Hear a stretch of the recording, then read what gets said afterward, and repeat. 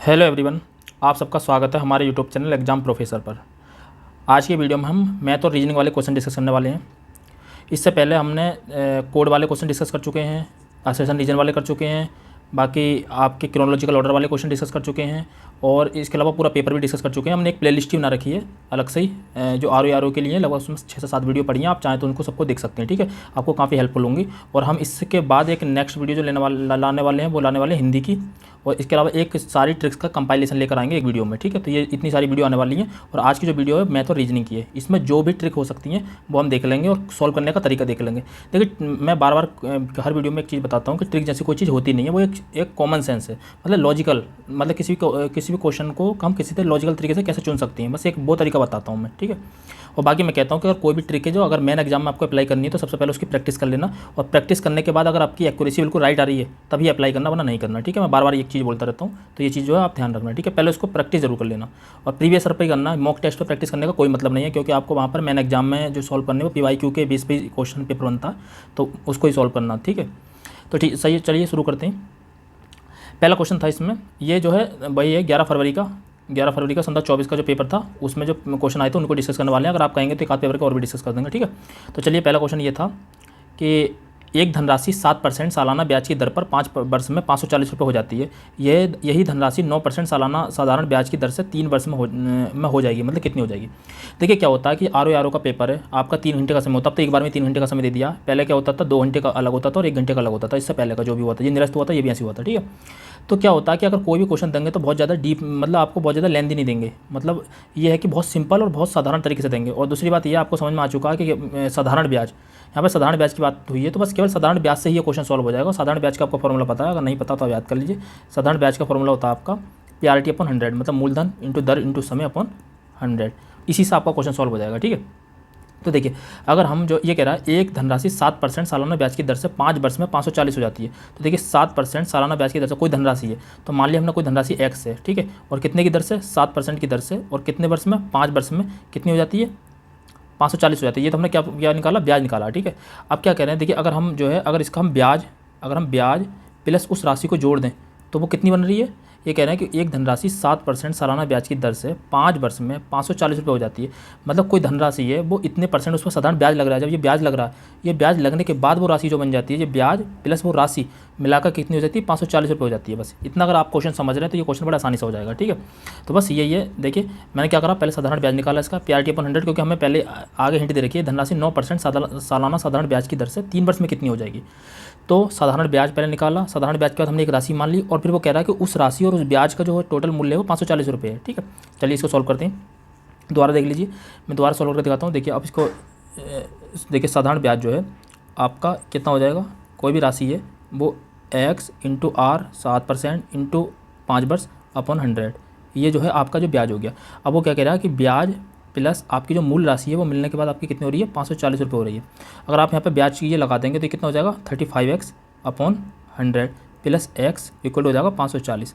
अगर इसको आप सॉल्व करेंगे तो देखिए 5 7 35 और 5 10 20 हो जाएगा, ठीक है। और इसको अगर आप एलसीएम भी ले लेंगे तो यहाँ पर हो जाएगा 27x अपॉन 20 इक्वल हो जाएगा 540। ये आपको कैलकुलेशन करनी आती होगी, ठीक है। अब यहाँ तक आ गई है। उसके बाद आपका देखिए 20 इधर चला जाएगा और 27 से जाएगा, तो 27 दूनी 54, और ये x की वैल्यू आ जाएगी, वो आ जाएगी आपकी 400, क्योंकि ये 20 जाकर इधर गुणा हो जाएगा 200 से, ठीक है। एक्स की वैल्यू आ गई 400। अब क्या कह रहा है, यही धनराशि 9% सालाना साधारण ब्याज की दर से 3 वर्ष में हो जाएगी। तो इसी राशि पर लगाइए, देखिए भाई वही फॉर्मूला लगाना, साधारण ब्याज के लगाना। एक्स कितना अब आ गया हमारे पास 400 इंटू आर कितना है हमारा 9, और कितने वर्ष में, 3 वर्ष में अपॉन 100। तो ये देखिए 100 से ये 2 0 से 2 0 चले जाएंगे, 9 से 27 और 27 4, तो ये हो जाएगा आपका 108। देखो 4 7 28 का 8 यहाँ चलेगा 2 और 4 दूनी 8 और 2 10, 108 हो जाएगा। ये जो निकल का आया आपका साधारण ब्याज निकल का आया द्वारा, इतने के साधारण ब्याज से। अब ये क्या कह रहा है कि दर से 3 वर्ष में हो जाएगी, मतलब टोटल राशि कितनी हो जाएगी, यही धनराशि 9% सालाना साधारण ब्याज की दर से। तो हमने ये साधारण ब्याज तो निकाल लिया इसका उसी राशि पे। अब ये टोटल कितनी हो जाएगी, तो टोटल कितनी हो जाएगी, तो वही वाली बात है कि ये जो आपकी 400 पहले से है और आपका ब्याज कितना निकल का आया 108, तो इन दोनों को जोड़ने के बाद आपका कितना हो जाएगा 508। यही आपका राइट आंसर होगा। तो आपका जो हो जाएगा ऑप्शन नंबर डी इसका राइट आंसर हो जाएगा। ठीक है, पहले क्या करा, देखिए साधारण ब्याज निकाला है, हमने एक राशि मान ली एक्स, उसके बाद हमने एक्स की वैल्यू निकाल ली है, क्योंकि वो कह रहा है कि साधारण ब्याज प्लस मूल राशि मिलने के बाद जो 540 बन रही है, यही बात तो कह रहा। तो उसके बाद हमने यहाँ से एक्स की वैल्यू निकाल ली है, जो मूल राशि वो निकाल रही है। उसके बाद उस मूल राशि पर 9% सालाना साधारण ब्याज लगाया 9% की दर से। उसके बाद जो साधारण ब्याज निकल के आया उसको मूल राशि में जोड़ दिया, बस उसके बाद हमने आंसर निकाल लिया है। तो इस तरीके का जो भी कोई क्वेश्चन आएगा, देखिए ये जो क्वेश्चन आए मैंने नोटिस किया, उन सारे क्वेश्चन जो आए हैं वो आए हैं सारे के सारे फॉर्मूला बेस्ड। ठीक है, तो जितने भी क्वेश्चन आए हैं सारे के सारे फॉर्मूले पे अकॉर्डिंग आए, तो आप जो है इनको याद कर सकते हैं। ठीक है, तो जो साधारण ब्याज का फॉर्मूला होता है आप जो है देख सकते हैं, तो वो होता है पी, ये मूलधन होता है PRT/100, बस इसको याद कर लीजिए। ठीक है, ये आएगा तो ठीक है। नेक्स्ट देखिए, नेक्स्ट क्वेश्चन क्या, ये कह रहा है y का x% किसके y% के बराबर होगा। तो मान ये कह रहा है y का x% किसके, तो हमने कोई भी राशि मान लो, p मान लो, l मान लो, r मान लो, कुछ भी मान लो, चलो हमने r मान लिया, r के मतलब किसके y% के बराबर होगा।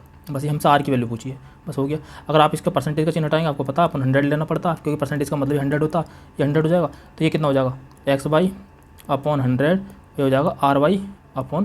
तो 100 से 100 गया, y से y गया, तो r जो हो जाएगा किसके बराबर हो जाएगा, x के बराबर हो जाएगा। हमें r की वैल्यू पूछी तो x के बराबर हो जाएगा, तो ऑप्शन नंबर ए इसका राइट हो जाएगा। बस आपको अगर क्वेश्चन आपने पढ़ लिया ठीक से तो आधा क्वेश्चन वहीं पर सॉल्व हो जाता है। ये कह रहा है y का, देखिए दोबारा देखिए, y का x%, तो y का x% में निकाला, का मतलब गुणा होता है, y का x% किसके, मतलब हमने मान लिया r के y% के बराबर है, तो किसके मतलब r के, हमने मान लिया r के बराबर है, तो r के y% के बराबर, तो r की वैल्यू तो निकालनी है, तो हमारे जो ऑप्शन नंबर ए इसका राइट हो जाएगा। ठीक है, इस तरीके से आप जो है इसको सॉल्व कर सकते हैं। अगला देखिए, नेक्स्ट क्वेश्चन, नेक्स्ट देखते हैं। अगला है, यदि किसी वर्ष 25 अक्टूबर को गुरुवार है तो उस महीने में सोमवार की संख्या क्या। देखिए मान लीजिए आपका जो है 25 अक्टूबर को जो है आपका जो बृहस्पतिवार है, ठीक है, गुरुवार है, ये बृहस्पतिवार ही बोल सकते हैं। ठीक है, 25, फिर 26, फिर 27, फिर 28, फिर 29, तो बृहस्पति, शुक्र, शनि, रवि, सोम, तो आपका जो है सोमवार यहाँ आएगा, 29 में सोमवार आएगा। अब आगे तो आ नहीं सकता क्योंकि 31 की होगा महीना, मंथ जो होगा 31 का होगा अक्टूबर, तो उससे पहले 29 से पहले कब आएगा, हर 7 लेस करते चलिए, उससे पहले 22 में आएगा, 22 और 7 29 होते हैं। उससे पहले आपका जो आ जाएगा वो आ जाएगा 15 में, 15 से पहले आपका आ जाएगा 8 में, और 8 से पहले आ जाएगा आप 1 में, 1 और 7 8, 8 7 15, 15 7 22, और 22 और 29, तो ये जो है आपके 1 2 3, एक ये, एक 8 को, एक 15 को, एक 22 को, एक 29 को, तो आपके हो जाएंगे 5 सोमवार। बस इतना सा गणित था, इसे सॉल्व करने का कोई मतलब नहीं है। देखिए यहाँ पर 25 को अगर गुरुवार था, मैं दोबारा बता दे रहा हूँ, 25 को जो गुरुवार था उसके बाद आपका जो 29 को आएगा सोमवार। अब अगर आपको सोमवार पता चल गया तो इस गुरुवार का मतलब ही नहीं है, खत्म हो गया। आप इस बेस पर आपने सोमवार निकल दिया, आपको सोमवारों की संख्या तो निकालनी है, तो उससे पहले आपका कब आएगा, उससे पहले 22 को आएगा, उससे पहले 15 को आएगा, उससे पहले 15 से पहले 8 को आएगा, 8 से पहले 1 को आएगा, तो 1 सोमवार, 2 सोमवार, 3 सोमवार, 4 सोमवार, 5 सोमवार, तो ऑप्शन नंबर जो हो जाएगा आपका सी राइट हो जाएगा। ठीक है, बस इतना सा देखना था। देखिए ये वाला क्वेश्चन जो होता है इसका हमेशा जो आंसर होता है 1 होता है, या तो इसको रट लीजिए। अगर आप इसको सॉल्व करना चाह रहे हैं तो देखिए सॉल्व कैसे होगा। आपको क्या पूछा, h/a प्लस c/z की वैल्यू पूछी है, ठीक है, के बराबर होगा, किसके बराबर होगा। अगर इस तरीके का कोई भी फॉर्मेट आपको दिखे तो हमेशा वहाँ पर जो आंसर आपको एक ही लेना। बट आप अगर इसको सॉल्व करना सीखना चाहते हैं तो देखिए मैं बता देता हूँ, a/h equal plus y/b equal to 1 है, तो यहाँ से अगर हम 1 माइनस के y/b इस तरीके से हो जाएगा। ठीक है, अगर हम एलसीएम ले लेंगे तो b माइनस के y/b हो जाएगा, कोई दिक्कत। और अब अगर इसमें हमें वैल्यू इसकी निकालनी h/a की, और ये है a/h, तो हम अगर हम h/a की वैल्यू निकालेंगे तो ये इसका उल्टा हो जाएगा, तो v माइनस के y हो जाएगा, तो इक्वेशन 1 बन जाएगी। सेम इसी तरीके से देखिए हम यहाँ पे देखेंगे, ये हो जाएगा। अगर हम z/c की वैल्यू निकालेंगे तो क्या हो जाएगा, 1 माइनस के b/y, ये हो जाएगा। और अगर इसे सॉल्व करेंगे तो y माइनस के b/y हो जाएगा। ठीक है, यही होगा ना। और अगर हम इसे c/z की वैल्यू निकालेंगे तो हमारा हो जाएगा y माइनस के b, ये हो जाएगा। ये इक्वेशन 2 हो जाएगी। अब हम अगर इक्वेशन 1 और इक्वेशन 2 को सॉल्व करेंगे, देखिए आपको ये दोनों पता चल गया होगा। अब देखिए हम इक्वेशन 1 और इक्वेशन 2 को सॉल्व कर रहे हैं यहाँ पर, तो देखिए हम h/a ले रहे हैं। पहले सबसे पहले देखिए h/a ले रहे हैं, तो h/a की वैल्यू क्या हमारी b माइनस के y, ये प्लस फिर हम c/z की वैल्यू ले रहे हैं, c/z की वैल्यू ये है हमारी y माइनस के b। ठीक है, देखिए ये b माइनस के y है, ये y माइनस के b है। तो देखिए यहाँ पर ये सिंबल का चेंज है, मतलब ये जो इसका जो चिन्ह है, चिन्ह का चेंज है। ठीक है, जो इसका साइन है उसका चेंज है। अगर हम b माइनस के y है, यहाँ पर y माइनस के b, अगर हम यहाँ से माइनस कॉमन ले लें तो ये क्या बन जाएगा, ये b माइनस के y बन जाएगा, और यहाँ पर जो माइनस कॉमन होने के बाद यहाँ पर माइनस हो जाएगा। तो देखिए ये जो है इसका क्या हो जाएगा, अगर हम एलसीएम लेंगे फिर तो देखिए b माइनस के y ऊपर आ जाएगा, और नीचे b माइनस के y है ऑलरेडी, एक कटने के बाद एक आ जाएगा। तो ये इसका सॉल्यूशन है। वरना आप डायरेक्ट याद रख लीजिए, और वरना तो आप जो है इस तरीके से सॉल्व कर लीजिए। तो ये बहुत मतलब ये है कि कुछ नहीं है, देखिए ये है सबसे बड़ी बात तो ये है कि वो पेपर में जो है इस तरीके का इतना टफ क्वेश्चन देगा नहीं, और इसलिए बहुत सिंपल क्वेश्चन होगा, तो उसमें बस थोड़ा सा माइंड लगाने की आवश्यकता होगी। ठीक है, नेक्स्ट देखते हैं। सॉरी, एक सिलक्यारा सुरंग में 200 वाट क्षमता के 15 बल्ब लगातार 24 घंटे तक रोशन किए जाते हैं, बिजली की खपत कितनी होगी। तो देखिए हमें जब बिजली की खपत हमें यूनिट में निकालनी होती है, तो यूनिट क्या होता है, देखिए यूनिट जो हम निकालते हैं तो यूनिट में हमें क्या होता है, देखिए बल्बों की संख्या सबसे पहले एन से डिनोट कर लेते हैं, बाद में होता है 1 वाट इंटू घंटा और अपॉन आता 1000, बस ये होता है।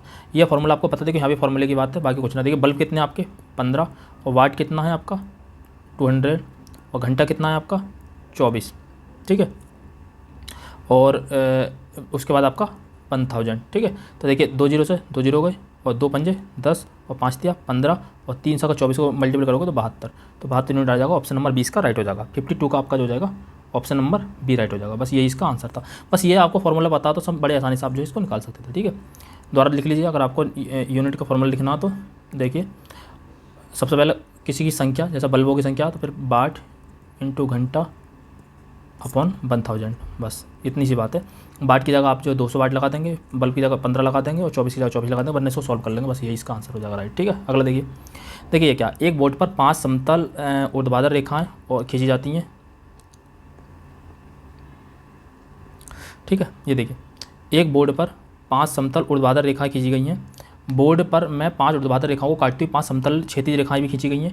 इन्हीं 2 निरंतर ऊर्ध्वाधर रेखाओं के बीच की दूरी किन्हीं 2 निरंतर क्षैतिज रेखाओं के बीच की दूरी के समान है। इस तरह से बनने वाले वर्गों की अधिकतम संख्या क्या है। देखिए 5 ऊर्ध्वाधर रेखा खींची गई हैं और 5 जो है क्षैतिज रेखा खींची गई हैं। जैसे देखिए एक ये हो गई, 2 3 4 और 5। देखिए ये जो है आपकी क्षैतिज रेखा हो गई, 1 2 3 4 5 हो गई। ऐसे एक ये हो गई, 2 3 4 और 5। ये आपका पूरा जो है जो डायग्राम है बन गया, ठीक है। अभी कह रहा है इसमें बनने वाले वर्गों की संख्या। तो क्या वर्ग निकालने की संख्या बहुत सिंपल होता है, 1 2 3 4 नंबरिंग दे लेते हैं, 2 3 4 और नंबरिंग देने के बाद इनकी मल्टीपल करते चलते हैं, बस इस तरीके से। बस देखिए 4 × 4, 3 × 3, 2 × 2 और 1 × 1। बस 4 चौक 16, 3 3 9, 2 दूनी 4 और 1 1। तो बस ये हो जाएगा 16 9 और 4 और 1। तो ये क्या हो जाएगा 16 4 20 और 29 और 1 30। ऑप्शन नंबर सी इसका राइट आंसर हो। इन सबको ऐड कर देते हैं, बस ये इसका आंसर हो जाता है। तो 63 का जो जाएगा आपको ऑप्शन नंबर सी राइट हो जाएगा। अगर यहीं पर आपसे जो है अगर आयत पूछ ली जाते, ये तो वर्ग है, अगर आपसे आयत पूछ लिया जाते तो देखिए हम दोनों इनका ऐड कर लेते हैं, एक ऐड करके इधर लिख देते हैं और ऐड करके इधर लिख देते हैं, दोनों की मल्टीपल कर देते हैं। देखिए 2 और 1 3, 3 3 6 4 10, तो 10 ही हो जाएगा, ऐड करके 10 यहाँ हो जाएगा, दोनों तरफ एक सेम ही होगा। और 10 × 10 इन दोनों की मल्टीपल कर देते हैं 100। तो इसमें जो आयत होंगे मतलब रेक्टेंगल जो होंगे तो आयत होंगे 100 और वर्ग मैंने निकाल के दिखा दिया। तो आप जो है अगर अगली बार आयत निकालना पूछ लीजिए तो आप जो इस तरीके से आयत भी निकाल सकते हैं, ठीक है।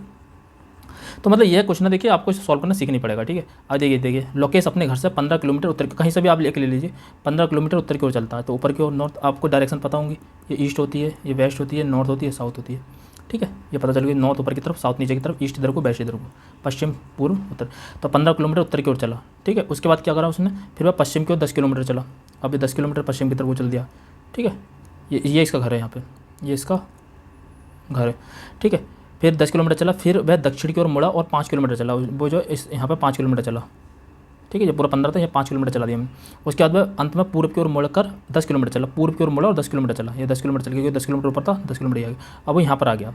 तो पूछ रहा हमसे कि ये वह अपने घर से किस दिशा में, तो किस दिशा में, यहाँ पर उसका घर था और इस समय यहाँ पर खड़ा, तो किस दिशा में, तो उत्तर दिशा में।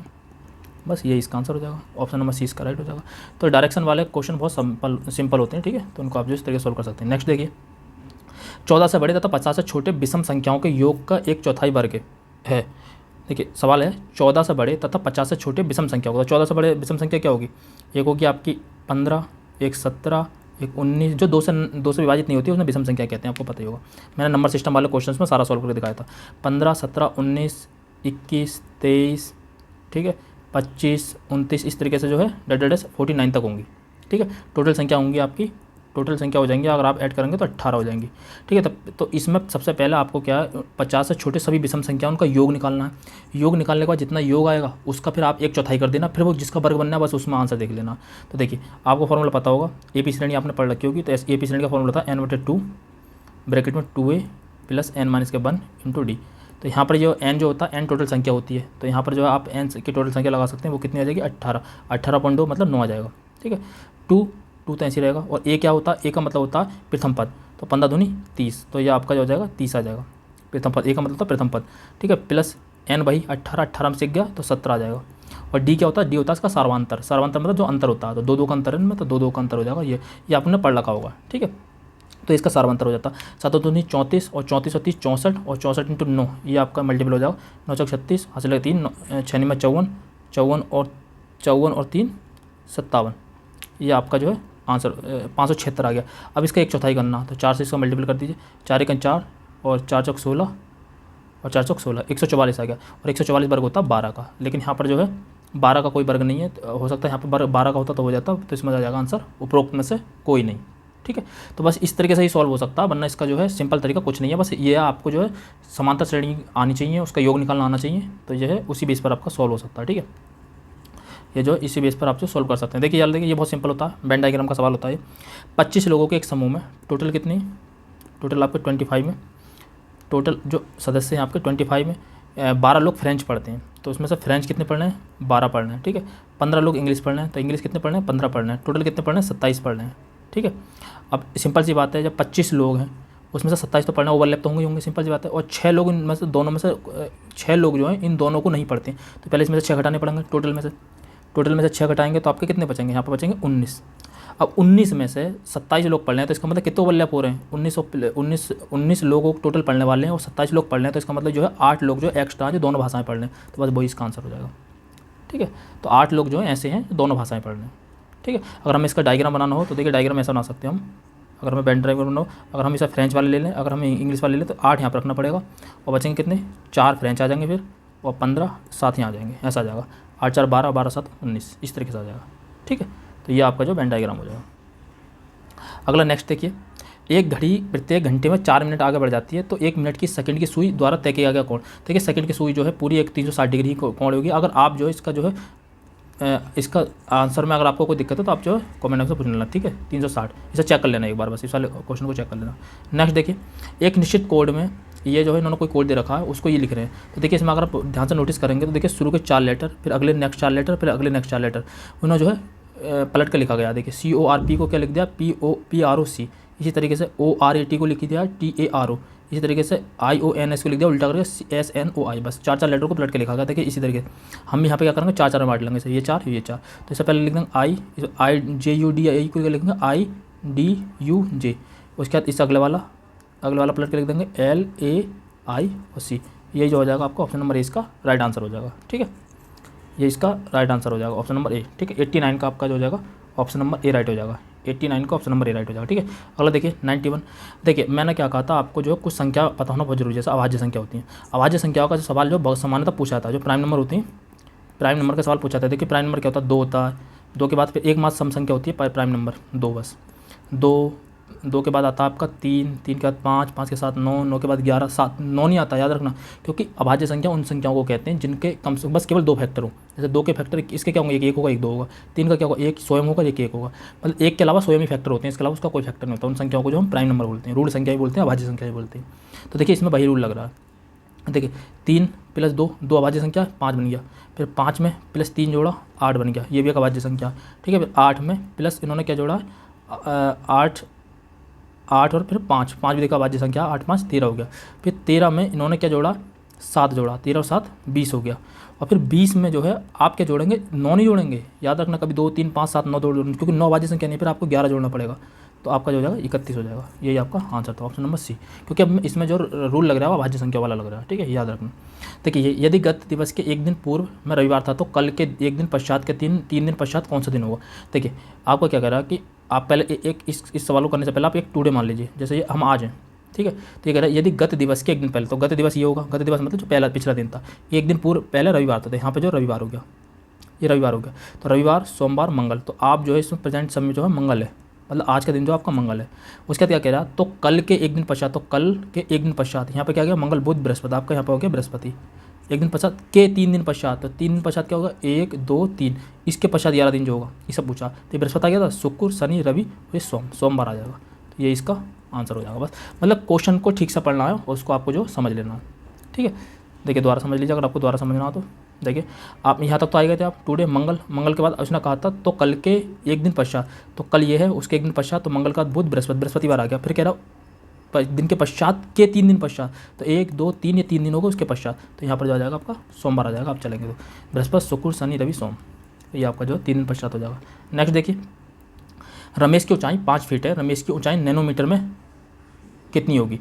तो देखिए आपको सबसे पहले एक चीज़ पता होना चाहिए, 1 फुट में जो होता है, 1 फुट में जो होता है आपका, ये पता होना चाहिए आपको 1 फुट में होता कितना। तो 1 फुट में आपका जो होता है 30.48 सेंटीमीटर होता है, और 1 सेंटीमीटर में आपका जो होता है 10⁻7 नैनोमीटर होता है। अगर आपको ये बात पता है तो आप बड़े आसानी से आंसर निकाल लेंगे। तो देखिए आपका जो है 5 फीट है, तो 5 फीट को पहले सेंटीमीटर बदलो 3.48, उसके बाद उसे नैनोमीटर बदलो 10⁻7 नैनोमीटर, बस ये इसका आंसर हो जाएगा। ये सब सॉल्व करेंगे तो सॉल्व करने के बाद आ जाएगा आपका 152.40 × 10⁻7 नैनोमीटर, लगभग आ जाएगा आपका ऑप्शन नंबर ए। तो देखिए ये आपको पता होना ही चाहिए आपके लिए, इसके लिए कोई ऐसा नहीं है कि आपको कोई ट्रिक आएगी या इस तरीके से हो जाएगा। अगर आप इसमें से सोच भी सकते हैं, अगर जैसे इसमें से सोचना भी है तो क्या सोचेंगे, देखिए सब 152.5 152.5 है, तो मतलब इसको आपको हल ही करना पड़ेगा, ठीक है। बस इसमें से ये है कि आप ये नहीं आंसर नहीं लेंगे, उपरोक्त में से कोई नहीं। अगला देखते हैं, देखिए 137 का 3 3,8, 13, 24, 41, 70, ये 137 का क्वेश्चन था इसका। तो देखिए इसमें क्या रूल लगाया इन्होंने, देखिए इसमें क्या करा है उन्होंने, सबसे पहले 3 + 8 को जोड़ा है, तो ये बन गया 8 3 11, और 11 में प्लस 2 को जोड़ा है, तो पहले 2 को जोड़ने के बाद 2 जोड़ा है और आपको बनाया 13। उसके बाद फिर अगले 2 को जोड़ा है, 8 + 13 को जोड़ा है, 8 और 13 हो जाएंगे आपके 21, फिर उसमें हमें 3 को जोड़ा है। देखिए यहाँ पर एक बढ़ाते जाएंगे, 3 को जोड़ा तो ये बनाया 24। उसके बाद उन्होंने क्या करा, फिर 8 13 को जोड़ा, अब 13 और 24 को जोड़ा है, तो 13 + 24 ये आपका मिलकर बन जाएगा 37, और 37 ने फिर जोड़ा है 4 को, तो ये आपका बन जाएगा 41। इसी तरीके से फिर देखिए 37, फिर अगला जोड़ा है 24 और 41 को, 24 + 41 इन दोनों को जोड़ने के बाद आपका आ जाएगा 24 + 41 को आपका जोड़ने के बाद आ जाएगा 65, और 65 में देखिए 2 3 4 और ये प्लस आ जाएगा 5, तो ये आपका हो जाएगा 70। फिर देखिए भाई अगले पद जोड़ी, फिर आपका जोड़ा 41 और 70, 41 और 70 जोड़ने के बाद आ जाएगा आपका 111, और 111 में अगर 6 जोड़ेंगे तो आ जाएगा 117। तो यही आपका जो है आंसर हो जाएगा 117, ऑप्शन नंबर सी इसका राइट हो जाएगा, ठीक है। 117 ऑप्शन नंबर सी राइट हो जाएगा। नेक्स्ट देखिए 138, तो 138 तो बहुत सिंपल है, देखिए आप इसका अनुक्रम देखें, 1 में 2 जोड़े 3 3 5 7, मतलब ये एक विषम संख्या चलिए 1 3 5 7, 7 के बाद क्या आ जाएगा 9 आ जाएगा। अगला नीचे देखिए 2 4 6, 2 दूनी 4 दूनी 8 दूनी 16, मतलब 2 के गुणज में संख्या चल रही है, तो 2 दूनी 4 दूनी 8 दूनी 16, 16 दूनी 32, 9/32, तो ये आपका ऑप्शन नंबर ये राइट हो जाएगा।